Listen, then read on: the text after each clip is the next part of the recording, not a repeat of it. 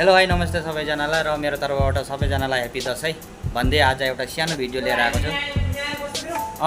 हजुरहरूको माझ र अहिले चाहिँ मेरो यस्तै चल्दैछ है, परदेशमा छु र अहिले यो बेलामा यो टाइममा घर गाउँको धेरै याद आउँछ है, त्यही भएर एउटा सानो भिडियो लिएर आएको छु।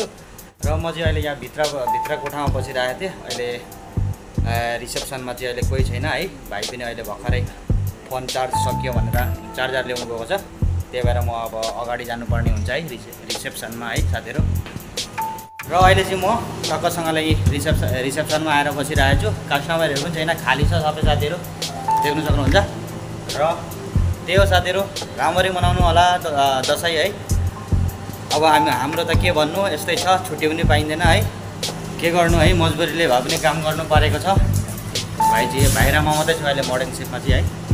हाम्रो चाहिँ 8 बजे छुट्टी हुन्छ।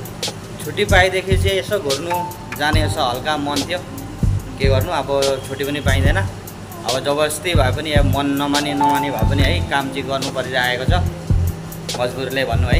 परदेशमा आएर बसिएको छ, अब बसेपछि गर्नुपर्छ है। र साथीहरू यस्तै छ, र भाइ चाहिँ त्यहाँनिर छ।